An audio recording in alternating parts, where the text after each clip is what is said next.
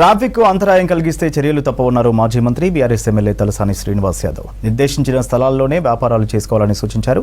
రోడ్లపైకి వచ్చి ట్రాఫిక్ ప్రజలకు ఇబ్బందులు కలిగిస్తే అధికారులు చర్యలు తీసుకుంటారన్నారు. సికింద్రాబాద్ మోండా మార్కెట్, రాంగోపాల్పేట్, బేగంపేట్ డివిజన్లలో ఫుట్పాత్లను పరిశీలించారు. ప్రజలకు వాహనదారులకు ఇబ్బందులు లేకుండా వ్యాపారాలు చేసుకోవాలన్నారు. అలాగే ఫుట్పాత్ వ్యాపారులకు గుర్తింపు కార్డు ఇవ్వాలని అధికారులకు సూచించారు. ఫుట్పాత్ వ్యాపారులు ఎవ్వరూ ఎవరికి అద్దెలు ఇవ్వొద్దని, అలా చేస్తే చర్యలు తప్పవన్నారు తలసాని.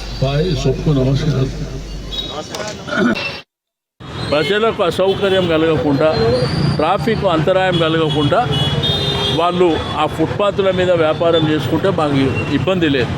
నేను అధికారులకు కూడా అందరికీ ధన్యవాదాలు తెలియజేస్తున్నా. వాళ్ళు కూడా పూర్తి స్థాయిలో కోఆపరేషన్ ఇస్తున్నారు. నేను వెండర్స్ ఎవరైతే ఉన్నారో వాళ్ళందరికీ రిక్వెస్ట్ చేస్తున్నా. రిక్వెస్టే కాదు, వాళ్ళు సీరియస్గా తీసుకోండి.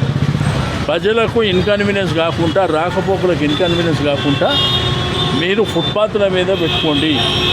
అనవసరంగా మీరు ఇబ్బంది పెడితే మళ్ళీ వాళ్ళ డ్యూటీ వాళ్ళు చేయవలసినటువంటి పరిస్థితి ఉంటుంది.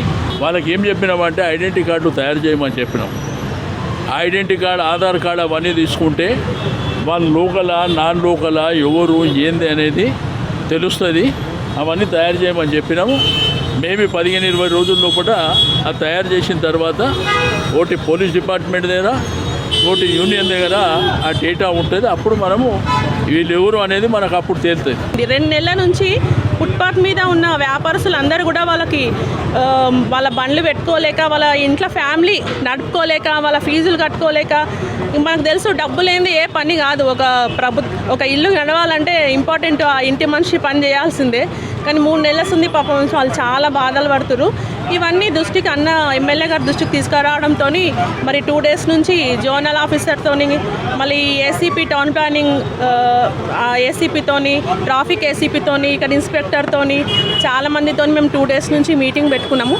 వాళ్ళు చెప్పేది కూడా ఏం లేదు, వాళ్ళకు కూడా పబ్లిక్ మీద ఏం కోపం లేదు. ఆఫీసర్లకి, పోలీసు వాళ్ళకి ఏంటంటే వాళ్ళకి ఇచ్చిన ఏదైతే ప్లేస్ ఉంటుందో ఆ లెవెల్లోనే పెట్టుకొని వాళ్ళు వ్యాపారం చేసుకుంటే మాకు కూడా ఏమీ ఇబ్బంది లేదు. ఎందుకంటే మనకి ట్రాఫిక్ ఇబ్బంది కావద్దు.